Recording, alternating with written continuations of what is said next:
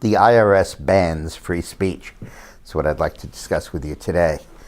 We all know about the IRS harassment of conservative groups, and the evidence is now emerging that they were doing it in response to the urgings of some Democratic senators, notably Carl Levin of Michigan.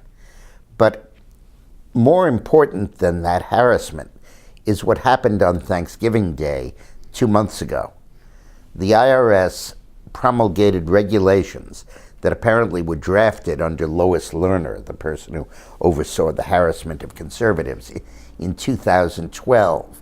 And they were called off-record, which meant that they were being done, but they should be done in secret and shouldn't be part of the agency record. And she drafted this back during the 2012 election to be implemented afterwards. And these new regulations make free speech by Tea Party and other conservative groups, practically speaking, impossible. It all goes back to the law about 501c4 organizations, which is all of the Tea Party people, all of the conservative free speech groups, and the various groups of that sort in the country. Very few liberal groups, mainly conservatives, because they're not based in labor unions and stuff. They're just groups of individuals that come together to try to express their views and save the country.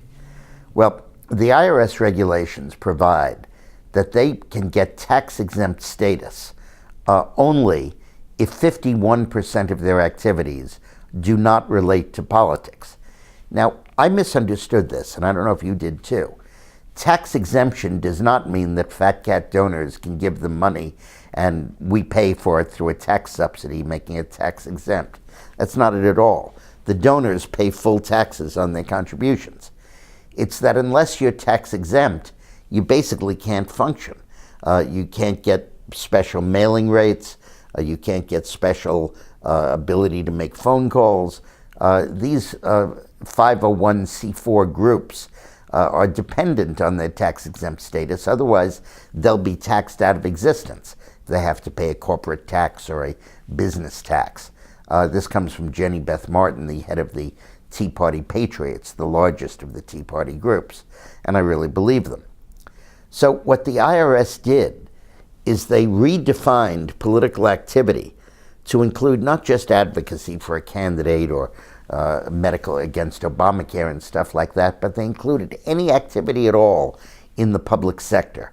Voter registration, voter guides, informational stuff, pretty much anything that you could do that relates to the public sector. This really is an administrative circumvention of the Citizens United decision, which took the wraps off these groups, and now the IRS is administratively putting the handcuffs back on. And this was done on right before Thanksgiving Day last year, so nobody really heard about it. But the impact is really a disaster. Now, they're promulgating the rules and getting it enforced, but it'll be in play by the 2014 elections, or certainly by the 2016 elections. I hope the courts overturn it, but this is horrible. It completely handcuffs and eliminates the capability of these Tea Party groups to function. And it's happening with very little notice and very little protest from the public. Thanks for watching.